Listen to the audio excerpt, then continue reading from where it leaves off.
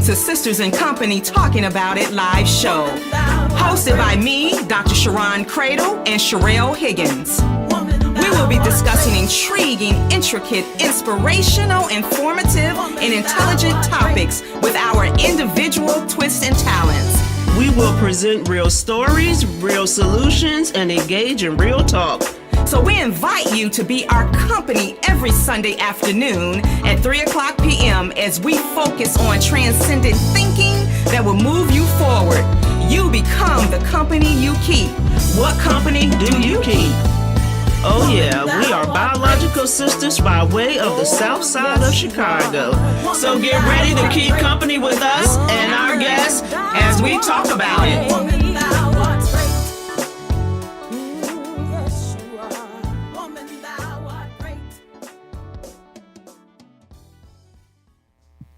Well, hello, everyone. Welcome to Sisters in Company Talking About It live show. We are so excited that you all have decided to join us today. And our guests, we're going to introduce them in a minute. But my name is Dr. Sharon Cradle, and I am the oldest of this dynamic duo. And I am Sherelle Higgins, and I am your favorite co-host of this dynamic duo. Yes, and I just go along with it. That's right, because there's no argument to be had.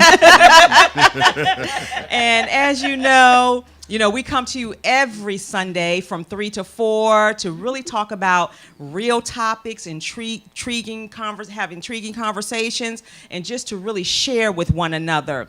And so, as we normally do, we ask you to go to listenvisionlive.com so that you can see the show in its entirety. And if you would like to call into the show, the number is 833-202-8255. And we're going to start with our scripture. And I'm not going to read a scripture, but I want to talk about it as it pertains to this particular topic, and that is Jeremiah 29:11.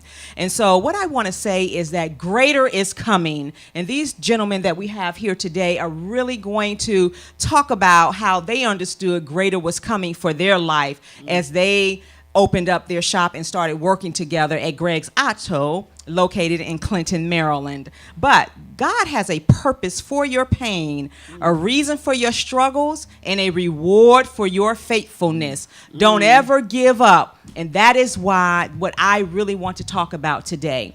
So before we begin, I want to end this month, which is Women's History Month, talking about something that's near and dear to my heart, Delta Sigma Theta Sorority Incorporated. And so, as you know, and those of you who don't know, I am a member of the best sorority in the United States of America, around the world. And we know that Delta Sigma Theta was founded on January the 13th, 1913, directly across the street from us in the studio at the great Howard University. And it was founded by 22 collegiate women who wanted to use their collective voices and strength to promote academic excellence and to provide assistance to those in need. In March of 1913, the founders of Delta Sigma Theta Sorority Incorporated performed their first public service act. They participated in the Women's Suffrage March in Washington, D.C. And so you can go online and find out more about us, but imagine our institution being around since 1913, and we have so many sisters, over 900 chapters around the world, and so we know that our work in public service is still very important. And then finally, I want to thank my sorors of the Fort Washington Alumni Chapter of Delta Sigma Theta Sorority for the recognition at the Artist Showcase yesterday, and what a great event it was, and to be recognized by your own is just nice, right? Because we do a lot of things, but sometimes you just doing it and not looking for recognition. But because they were able to recognize me and some other sorors in our being authors or storytellers or directors of movies, I just thought that was very special, and it was a nice way to end Sisterhood Month. And Sherelle, how was your weekend? What did you get into? My weekend was good. I spent some time with my sister girlfriends last night, and I called in the night early because I knew I had to do the show today, and I didn't want to be struggling or have my sunglasses on because I was struggling, right?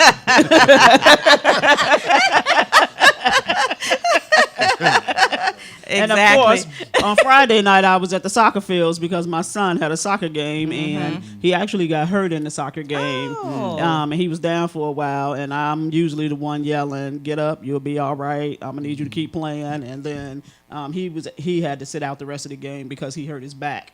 And he texted me later that night. He said, "I should have listened to you. I should have just kept playing." I said, "Very good." So how's my nephew doing today? He's good, just a little sore. You know, he went and got a massage yesterday, Wow. so he good. He ready to go. You know, he was able to wash the dishes today, so that's what's important. You know, we don't want nothing coming in between him and them dishes. Poor Jalen. And he was helping when I left, he was helping his daddy change the garbage disposal, so he good. Okay. He'll be ready for the game on Tuesday. Yes. Well, very good. So you all see that we have these two gentlemen sitting here, and we started a series about entrepreneurship, and we started with some younger gentlemen, and now we have still some younger gentlemen, but a little more seasoned, right? And I take my vehicle to Greg's Auto in Clinton, Maryland. And one of the things I've always been impressed with, and I don't know if I've ever said this to you, Greg. Greg and I are church members as well. We go to the same church. I've always been impressed with their genuineness, trustworthiness, and making it their business to know their business. And so when I go there, I leave there knowing that whatever they say to me, it is factual. It is the truth. Important. And so I just always appreciated that. And I'm saying, well, now let's bring them on and really talk about who they are, because people don't end up in business from nowhere, out of nowhere. So there's always a journey. And so I would like to first have Greg to introduce himself, tell our listening audience a little bit about who you are, and then we'll have Ray to introduce himself. So Greg, welcome, and thank you for coming. Thank you for inviting me. My first time on radio, but I'll do the good. best I can. But anyway, from Baltimore, I spent my life in and out of jail, and the family said I was never going to amount to anything. He's just no good, you know. And I can understand them saying that, because at the time I was no good. And whatnot. So I ended up moving up here to D.C. My aunt found me a job at Dunkin' Donuts. I was making donuts for a little while. Wow. But I kept getting high, and that didn't last either, and whatnot. So I ended up in a drug program over, on Martin Luther King Avenue, the hospital, St. Elizabeth. I ended up in a program over there, and finally got sober. And after that, I went from one extreme to another, became a workaholic, you know, and I worked 2 jobs to accomplish a few things. So within 3 years, I had a house and a business. So hold on, because you're about to go in. Okay. This is going to be so right. good. Yeah. But I want to make sure. So you're from Baltimore, Right. raised by your mom. Right, yes. Okay, and you have how many siblings? It was 8 of us. 8 siblings. Okay, wonderful. Yes. And you ended up down in this area because your aunt Found a job. found a job for you. Okay, wonderful. So let's introduce Ray Marcel. Hello. Yeah, tell us where you're from and a little bit about yourself, Ray. All right, I'm from. I was born in Washington D.C., Southeast Community Hospital. Is the mic on? We'll turn it on. Keep on talking. I was born in you Southeast Community Hospital. Born and raised in Maryland, Forestville area. Went to high school, Frederick Douglass, in Upper Marlboro. Ended up going to a trade school because I didn't really want to go to school. I just wanted to get in trouble and, you know, run with the boys in the crowd that always wanted to have fun. But, you know, through life, growing up, you know, I got a sister, Michelle, brother, Timothy, father and mother. Grew up with 2 parents. Okay. You know, and didn't want to listen, wanted to do my own thing. You know. How did that work for you? It didn't work. Exactly. It did not work. Yes. So, Exactly. I mean, I just had to keep, falling down, getting locked up, and then I had my stages leaving high school, working. My father introduced me to Greg Oh, wow. when I was in high school. Coming out of high school, that was my side job. My job to go to do, like commercial vehicles. And my father was the one that, was bringing commercial vehicles. So him and Greg was good partners. Oh, good. And my dad brought me in.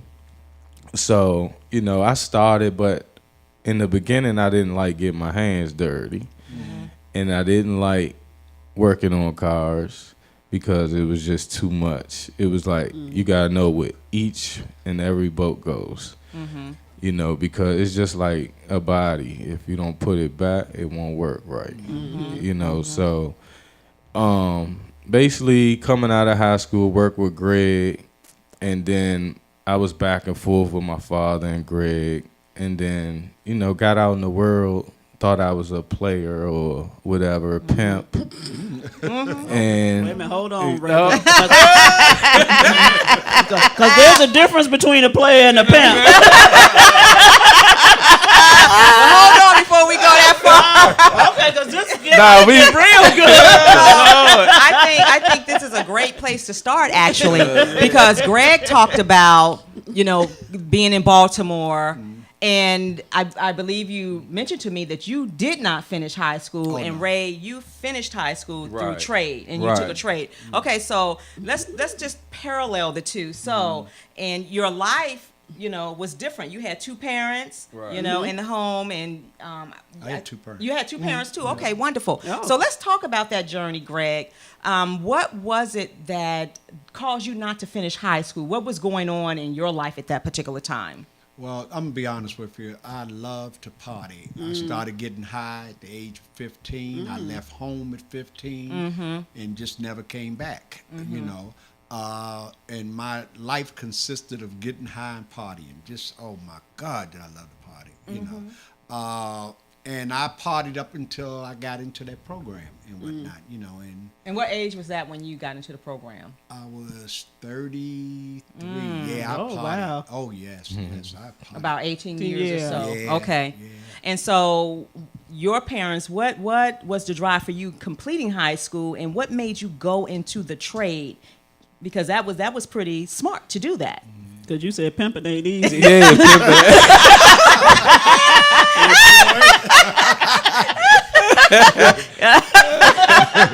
And neither is playing.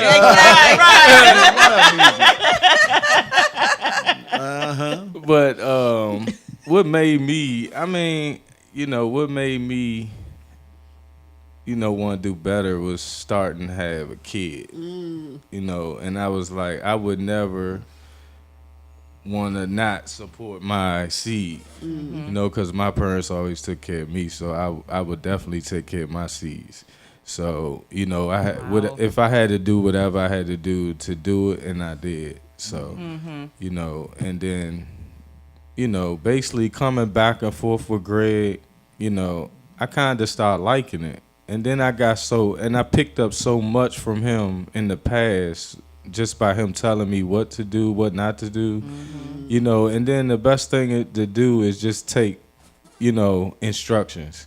Wow. I mean, until you get on a level where you can instruct, but. Got to be a student before you become the teacher. Right. Exactly. That's right. So, Greg, in terms of leaving Baltimore, what was going on in your life that your aunt decided I needed to reach out and support Greg, and tell us a little bit about that. Well, I think what my mother did was she called him and said that he either going to spend the rest of his life in jail or he's going to die here.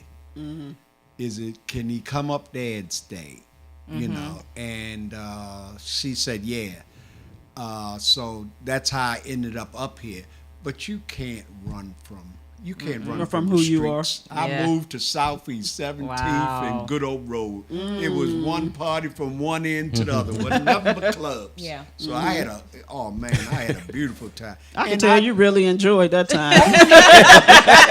Yeah, because I didn't understand the Right. men up here. Right. When I moved to D.C., if y'all remember, just about every woman up here had a job. The men were on the corner. Why do I want to hang on the corner with you, with all these women working? I mean, I didn't understand them, but all the women had the jobs, government jobs, everything. So I just went with them. I mean, it's better to hang with them.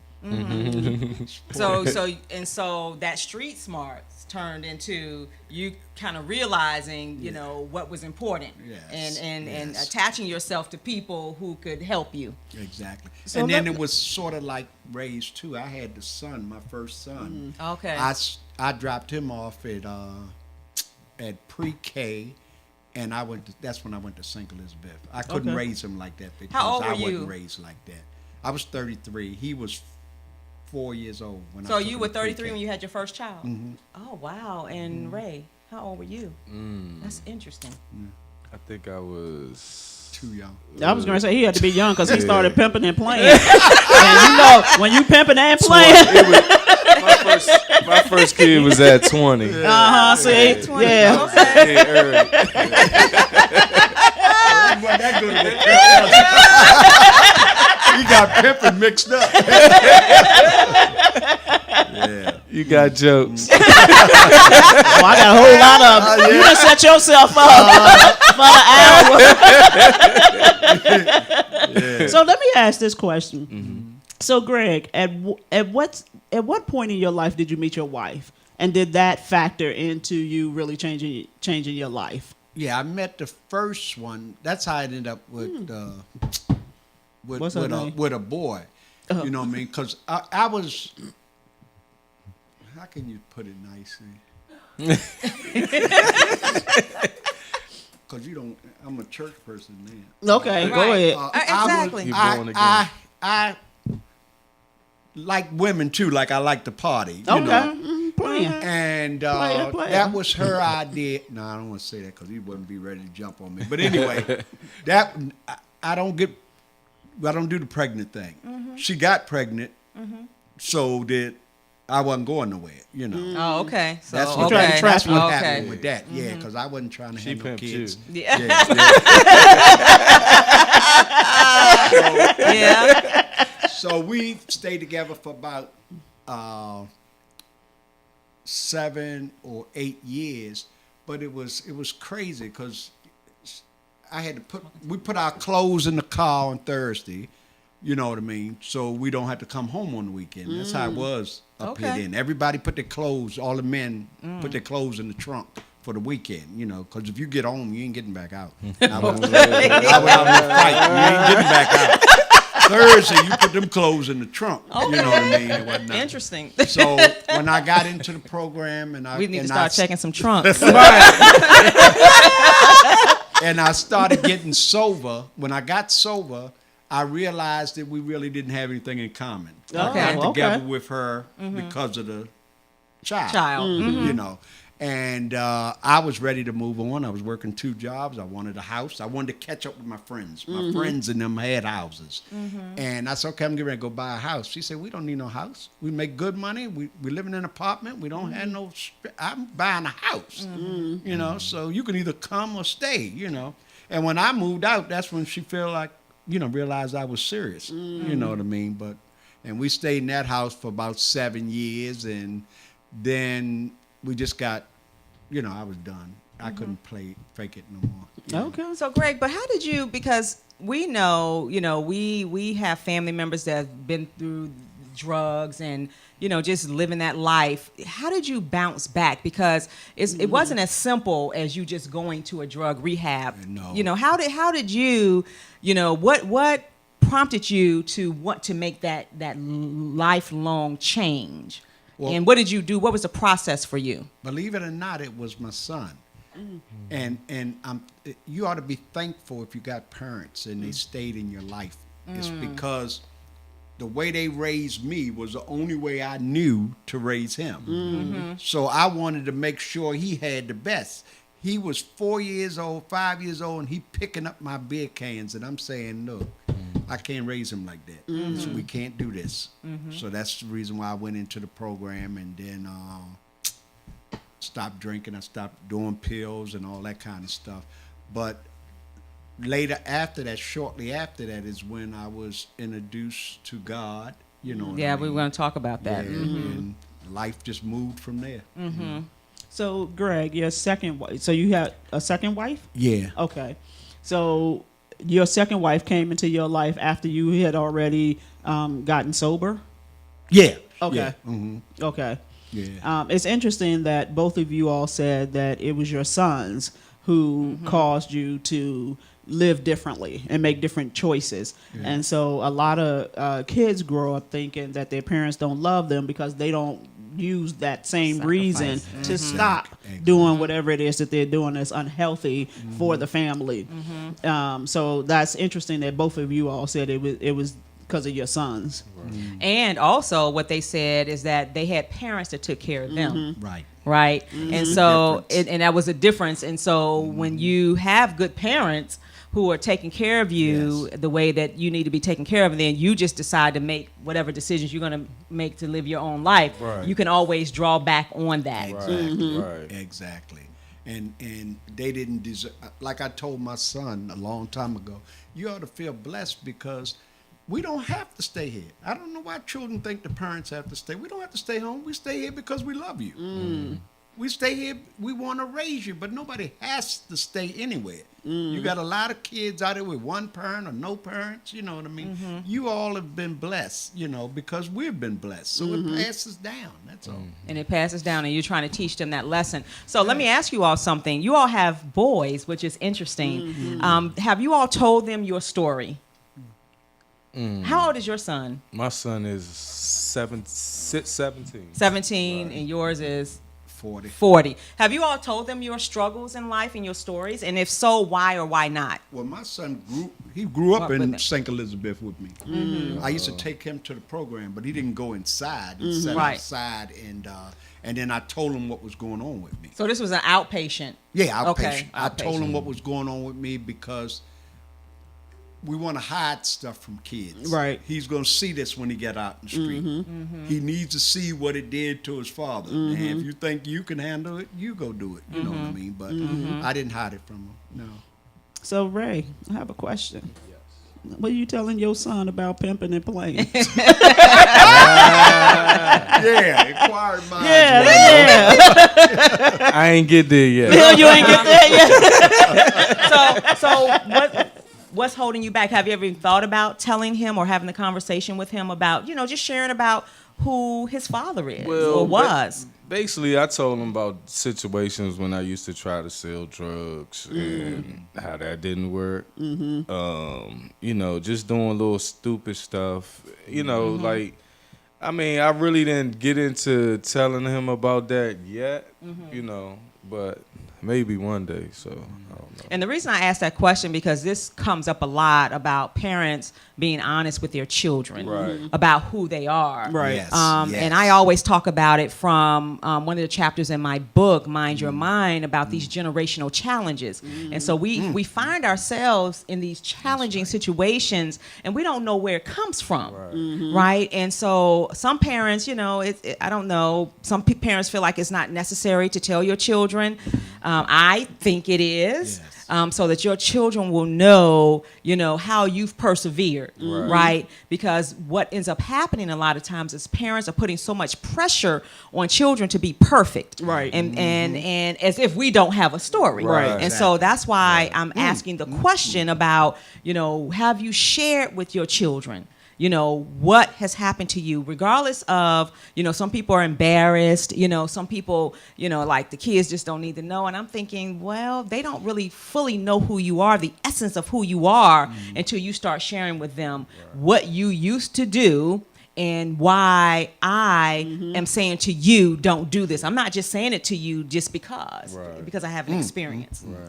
Well, being a mother of a son, and a daughter for that matter, but particularly as it relates to my son, it's, to me, I think transparency is always good. But I think we have to do it in such a way that we draw a line between grown people business and what's age appropriate, right?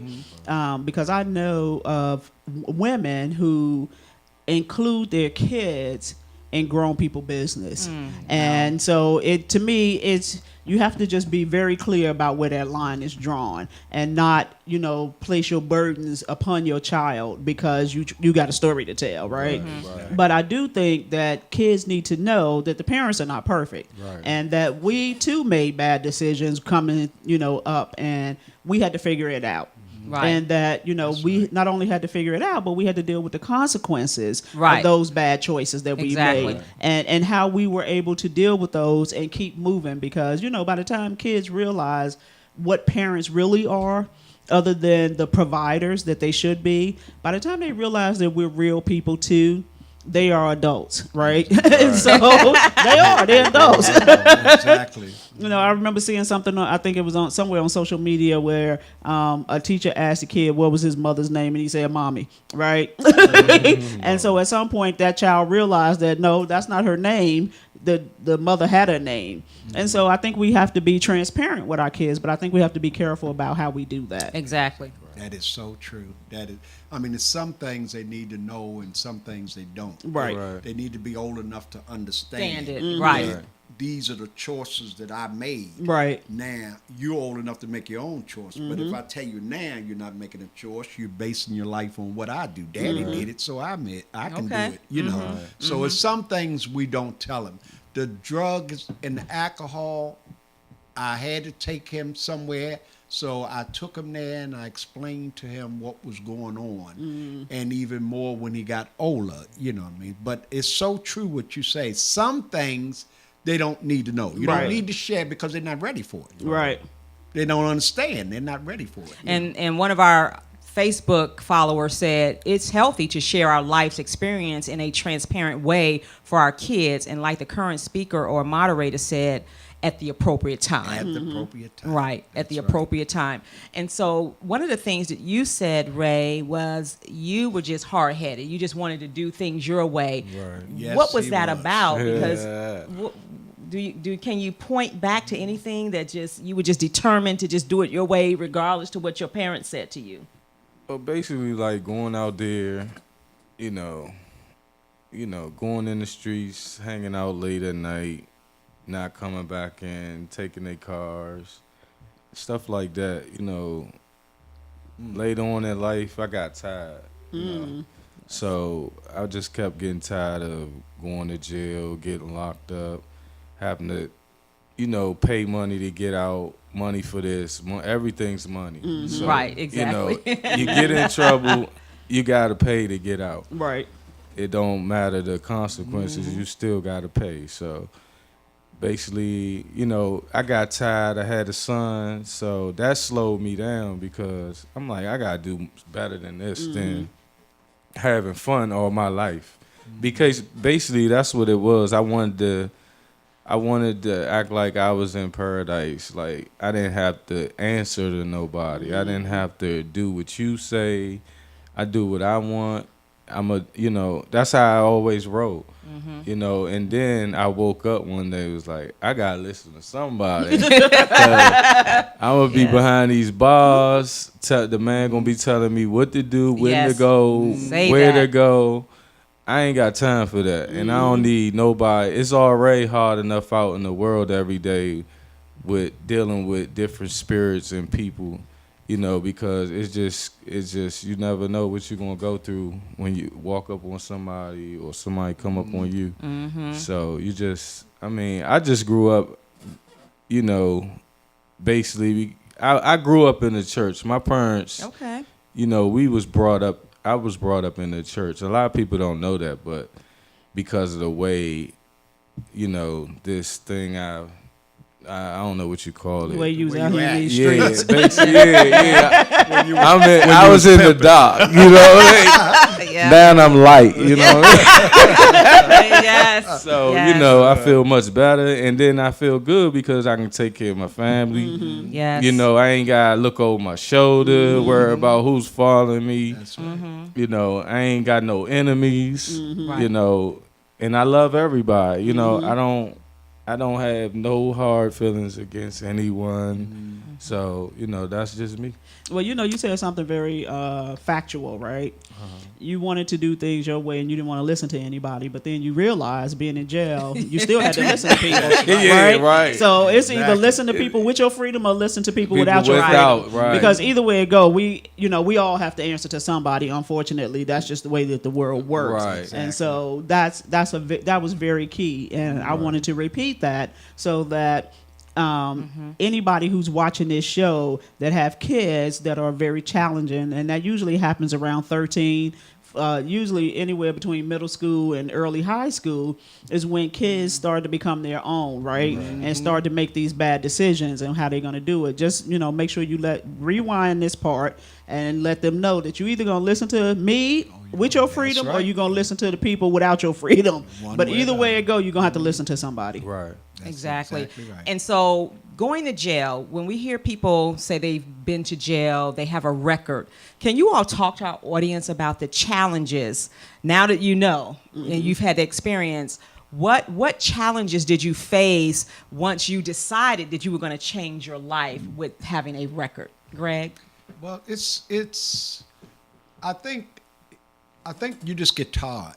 I mean, I partied out, you know, and I looked at my friends in Baltimore and the ones that, because in Baltimore the choice drug is heroin, so most of them are either crippled, dead, or they're spending the rest of their life in jail. I mean, I'm talking about the That's sad, majority of them, the majority of them, because there was no jobs in Baltimore. That's another reason why my mother wanted me. So it was nothing left to do, really, but to get in trouble. You know, get hired. Well, you know, we could have left. You know, I guess, but it really wasn't anything to do. And Baltimore was like a territorial place. All we did was fight. Everything was territory down there. We were raised all black. Our schools were all black. Everything we did was all black. You know, the whites moved so far out we didn't even know they was whites. You know, but so it was, you had to be strong. You had to be strong to survive. You know, and I didn't want this for my son. I wanted him to work with this. With his brain. With his brain, to work with this. I was interested in coming on this show because I thought that y'all were making a difference, a good difference, you know, because people need to know you can do anything you want. Absolutely. Wow. I don't know why our people think that we got to have this, that. I started my business without a dime in my pocket. But just thinking, and also with God behind me. Oh, absolutely. Because God blessed me. Right. His father came along right after. What happened was when I left the dealerships, I took some of the contracts with me. Right. I'm just doing business like they taught me. Right. Right. That's how they do business. Exactly. I took some of the contracts with me. Right. And one of the contracts ended up being his father. And his father been supporting me the whole time, you know. And again, because I do good work. His father's not giving me work just to be giving me work. If I Right. wasn't doing it good, believe me, you wouldn't be getting it. Exactly. That's You know, exactly I wouldn't right. be getting it, you know. So we'd be surprised what we can do. You know what I mean? Out here, if we just try, we give up too soon. We give up as a people too soon. And another thing, we need to start supporting each other. Say it. Yes. There's no reason why no black business can work out here. They building shopping centers. Waldorf, Calvert County, every place. They building shopping centers with our money. But we can't start our own business. I was telling you earlier that the Spanish people moved in my neighborhood. I don't have anything against it. But they done took over all the strip stores. Yes. They done opened up the garages. You know, they got their own garage, and they feed each other. They support each other. We won't do that, and then we wonder where that crab pot saying came from about blacks. We're not going to see anybody get up. If I see you doing something, Like they come to me and they want to negotiate the price. Right. I've been in this Yeah, business exactly. for 100 years. Yeah. I was at the dealership. You didn't negotiate the price. Right. So why you want to negotiate? Oh, come on, brother. See, that's the problem. Yeah. I'm not your brother. My Right. mother introduced me to my brother. That's your brother. That's your brother. That's your sister. He's shaky. This one ain't your brother. It's your brother. You know what I mean? This Exactly. is business. You It's do business. you do Yeah. that man Say it, the same way. Greg. Yes. Then if something happens, then the first thing you holler, and see that's why I didn't want to deal with no black company Right. anyway. But the white man can Go ahead. Treat you Go any ahead. kind of way. right, and you Treat go you- right and, back and to you'll go him. right back to him. You go. Yep. Thank you. You've been there. Yes. You must be the player too back then. I know that. Oh, you don't want me to start talking about how I was pimping. Oh, you ain't know it was two pimps up there. I can pick them out. You should have set y'all between the two of us. So for Ray, and the reason I'm asking this question is because some people are not thinking, and I tell my husband this all the time. I don't want to get caught up in the legal system where I Right. have to go to jail. I just can't even Yeah. imagine it. Listening to some of the stories that people tell. So we want people to understand that, and as an HR professional, my sister and I are both HR professionals. Once you get a record, it is so difficult to hire people who otherwise are just good people. Right. So what were some of the challenges you faced as once you decided I'm no longer going to live this life? I've been to jail. This is it. And so now I want to change my life. What were some of the challenges? A lot of challenges were, just by me having a gun charge. Oh, okay. Yeah, a gun charge. Yes. That's a charge you don't want because nobody wants to hire you. So it's like I had to, once I calmed down and slowed down and thought about things, I had to think about how could I make money without, doing it illegal, the illegal way. Right. So what I started doing was I started scrapping, scrap metal, dealing with hustling, dealing with different apartment buildings and the maintenance. Everybody, they was giving me stuff, and so I give all glory to God because he blessed me with that idea. Even cutting people's grasses. I probably got like 6 of Greg church members now. Oh. From cutting grass, Zumba. Greg does Zumba, everybody. He So, does. I love it. Yeah, I love it. So I got a couple of Zumba customers cutting grass, washing cars. If you can't get a job, Honest living. you can Honest. always use your hands to wash cars, cut grass, leaves in the fall, just little different things you see people out here doing every day. Isn't it irony that as a black man, if you get a gun charge, you can't get Wow. a job, but as a white man, you can shoot and kill somebody with a gun, and you can not have a problem getting a job. Right. Yeah, you don't even go to jail. You don't even go to Yeah. jail. Yeah. It's that's wild. strange. Yeah. That's So strange. Greg, why open your own business? Well, I always wanted my own business, and I was fixing people's cars on the side. I used to have a toolbox in my trunk, and I'd ride around fixing people's cars. And then I worked for the dealership for 20 years. Oh, wow. Now, if I can fix their cars, I don't have to fix them for myself. Right. So they sent me to school, and they let me know when I told them I was leaving that we spent over $70,000 over the years sending you back and forth to school. I'm a computer specialist with cars. And now you're going to leave. I said, you made that 70,000 and a whole lot more. Right. I don't know who you think you're talking to. Right. There you go. Made Shut it that down. Because I added up every week. I added up every week. At that time I was getting $25. You charging $125. You're Right. making $100 off me every Right. car come through here. Right. So you got your money back and whatnot. So I think what really made me decide to quit Wow. then is my son was in college, and the manager's son was in college. He say, I got my son coming up. I'm getting ready to pick out a car for him. I said, oh, yeah. He said, yeah, I'm going to get that Mustang for him. And I said, yeah, I got a used car for my son and whatnot. oh yeah, and then I thought about it. I'm working for him, and I get a used car for my son, and he gets a brand new car Yes. for his son. Yes. You know, so the thing of it is I'm gonna try my own thing. I prayed on it. I quit my job, and I just kept right on rolling. So, when you quit your job, what was the first thing you did in order to open a business? Okay, what I did was, like I said, first before I left the dealership, I wasn't crazy. Before I left, because I had a house note and everything. Before I left the dealership, I went to a couple of the contractors. I did the contract work up there. A couple of the contractors were black. They didn't own the business, but they were in charge of where they go. And I asked them, I said, look, would y'all bring your trucks to me if I open up a shop? And they said, sure, Greg. I mean, they already know I'm doing the work anyway. Right. So they brought their trucks to me and whatnot.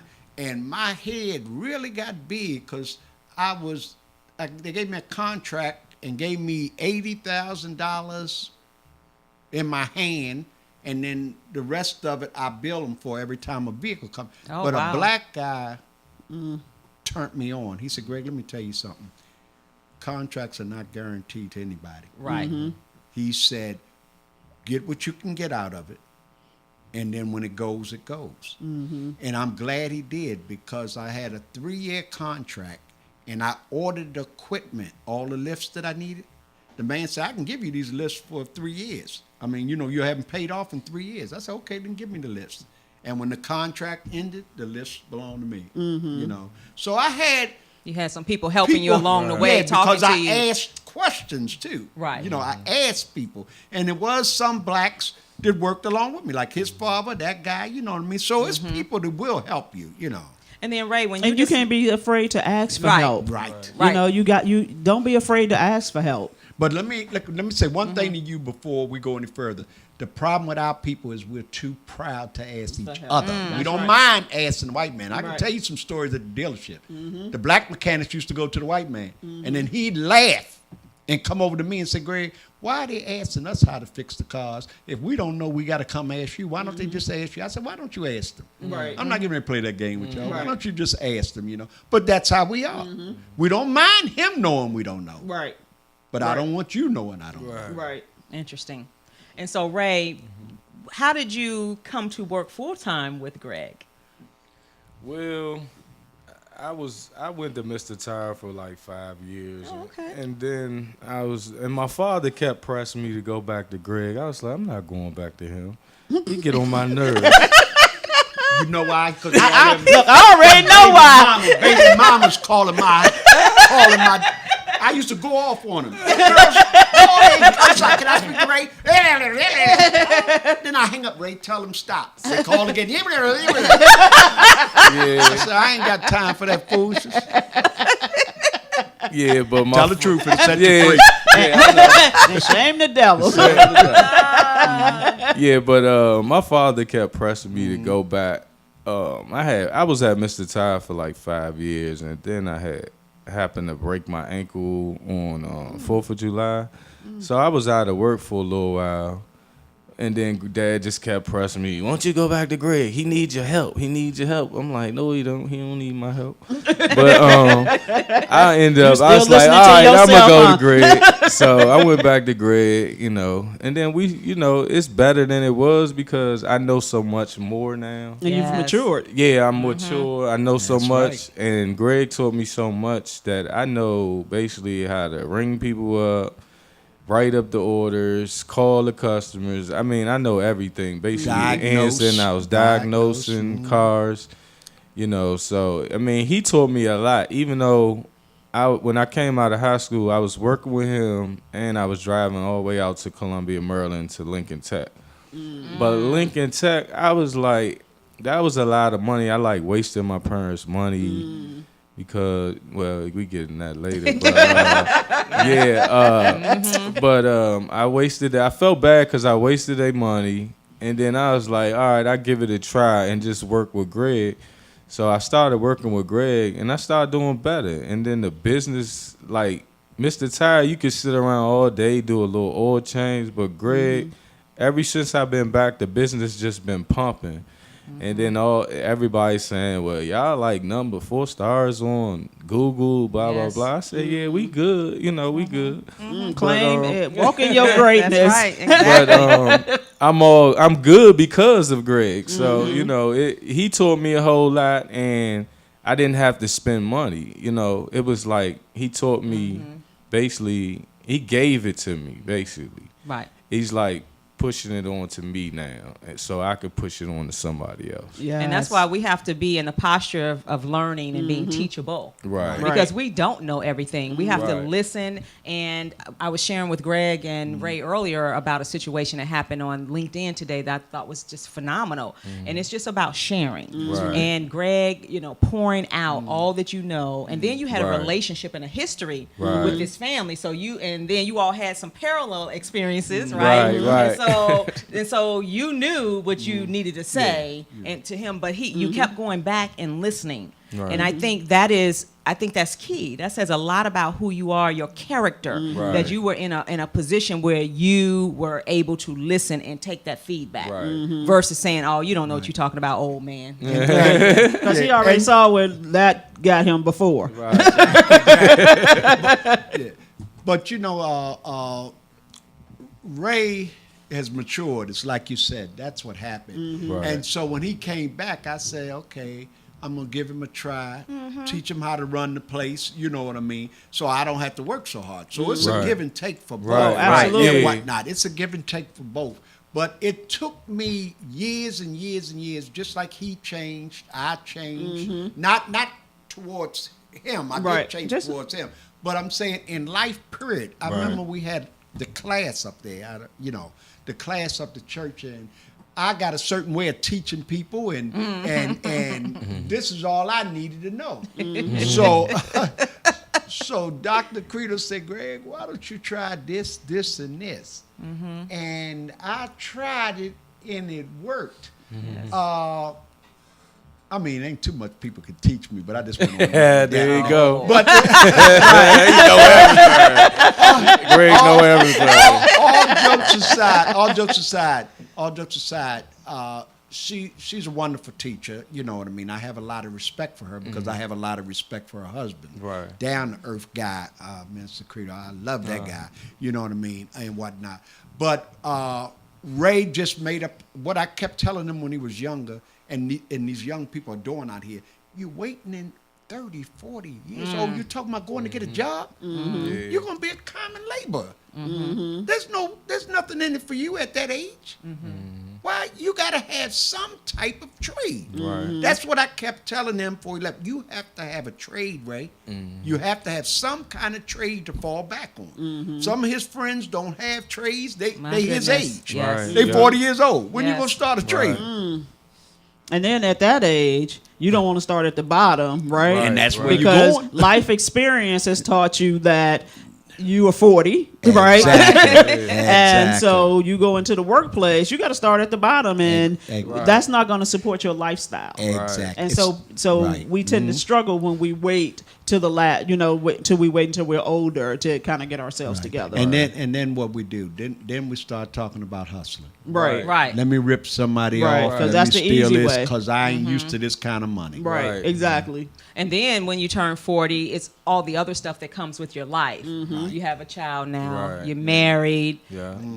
You know, you have a house. And Responsibilities. responsibilities, Right. and then the pressure. Right. And we know that if we're not able to take care of ourselves, and you talked about it's all about the money, right? If you don't have enough money to take care of your family, then the stress Right. of, thinking, well, my baby needs this, I can't get it. My wife deserves this, she's working hard, and I can't do that. And so you making a decision to work with Greg and then do your side hustles, not street hustles, Right. Right. Working with your hands, Right. cutting Legal grass, hustle. and all of this Legal other hustle. stuff Legal to do hustle. what you have to do. That's right. It's Yeah. it's just I love it. It just says a lot about who you are as a young man and your character. Thank you. And to me, anybody who looked down on that side hustle, shame on them, right? Right. Because we got to do what we got to do, and we all have different gifts and talents. And the fact that you're using your gifts and talents to help support your family, I say kudos to you, and job well done. Thank you. Exactly. And I love the fact that you're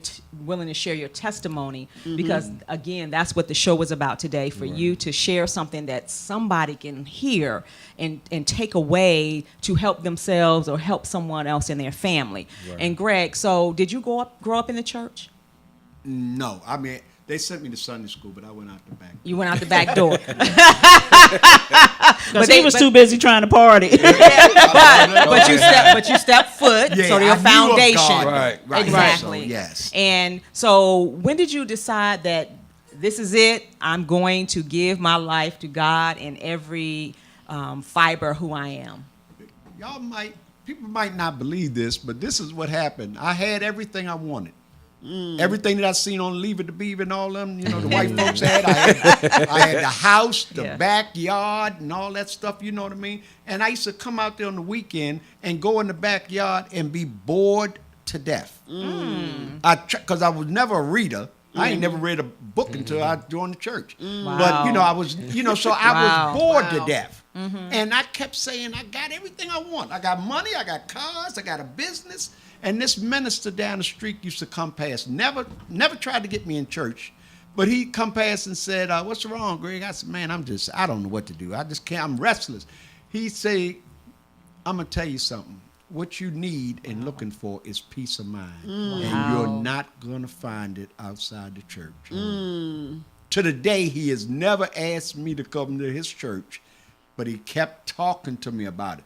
So when I went to New Chapel and whatnot, I came there for peace of mind. Now, I didn't know what was coming in a box, a paper bag, or what, but that's what I came there for, Yes. And how did you find New Chapel? Well, I was just going from church to church. Okay. Just going to church, and I lived right down the street from it. And when I went in there, Reverend Hill Sr. was in charge, and he was so down to earth. He talked so natural. You know how you hear ministers say, I want to meet the people where they are? And that's what they should do. Yes. Because he was on my level. You know Yes. what I mean? Met you where you were. Right. He met me where I was, When you up here talking over my head, there's nothing you can do for me. I don't understand you and you don't understand me. So. I say I have a lot of sayings, one of which is you cannot put a price tag on your peace of mind. Yes. Right. And if you don't have no peace at your house, somebody need to move. All right. Come on. She could have been out there with us. I was. I just didn't run into y'all. I thought so. I could hear it. Yeah. Yeah. So having a peace of mind is a wonderful thing. Yes. Yes. It really is. And, Yes. and at some point in your life, you should get to a place where you do have a peace of mind. Right. And not ever give that up when you get it. Yes. Because it's important to have. And having that stability, Yes. because we all are getting older. Yes. And we just have to make some different choices. And that's what it boils down to. Make some different choices and being firm about what you're going to allow in your space. Right. And that's so important. Yes. And so we are so appreciative Yes. of you all coming on the show today. And it goes by quickly, as you can Yes. see. Yeah. So tell our listening audience how they can get in contact with you, where your business is located, and anything else you would like to share. Okay. I'm located in Camp Springs, Maryland. They call it Temple Hill, but it's Camp Springs, Maryland, and that's at 6312 Old Branch Avenue. The phone number there is 301-449-4100. Yes, and normally when I go there, I'm always talking to Ray, and then Ray communicates with Greg, and then they just take care of me. And I would not be recommending them for business if I didn't feel like I was being treated fairly. And I'm just telling you, I'm not one of those that go in and ask for a discount. So, Greg, thank you. Because I believe in paying for service. And Yes, I it believe does. that Yes, what it Greg does. said earlier is that we have to take care of our own. And if Yes. I wouldn't go to the Jaguar dealership and ask for a discount, And if I did, they wouldn't give it to me anyway. Right. And so I just believe in trying to do business with Black business owners as much as I can. Exactly. And when I go there, I just feel like what I'm told is the truth, and I've never had any problems. So I appreciate that, Greg. And let me just say this about doing business with Black business owners. Don't let one bad experience Right. That's right. taint your ability to do business with another Black business. Right. Bad customer service is across the board. It's Black businesses, That's right. white businesses, Yeah, Hispanic. absolutely. Wherever you go, you're going to run into some bad customer service. So don't let that be the reason why you won't patronize the next Black business. Don't use that as an excuse. Keep trying until you run into those Black businesses that you feel comfortable with and you feel like Exactly. is giving you the type of service that you deserve. Exactly. Right. And stop putting everyone in a box. That's right. Because everyone is not the same. right. We're all individuals. Our experiences are different. But for me, I truly try to do business with Black business owners because I know how important it is. And if they don't have business coming to them, then They can't survive. They cannot survive. And so, gentlemen, are there any departing words that you would like to share with our listening audience? I just want to say I think the both of you are a blessing to our people. That's all I want to do is get the word out, let them know that they can do it. They can do anything that they want to do. Yes. So I hope y'all keep up the good work because I think you're going to make a difference. Oh, thank you. And I thank y'all too for letting us come on. Yes.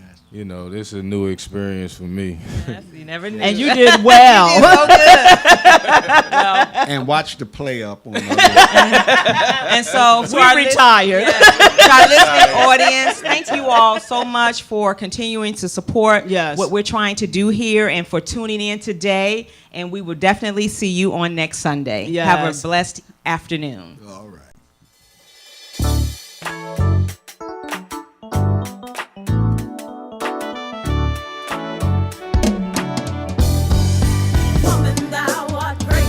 Welcome to Sisters in Company Talking About It Live.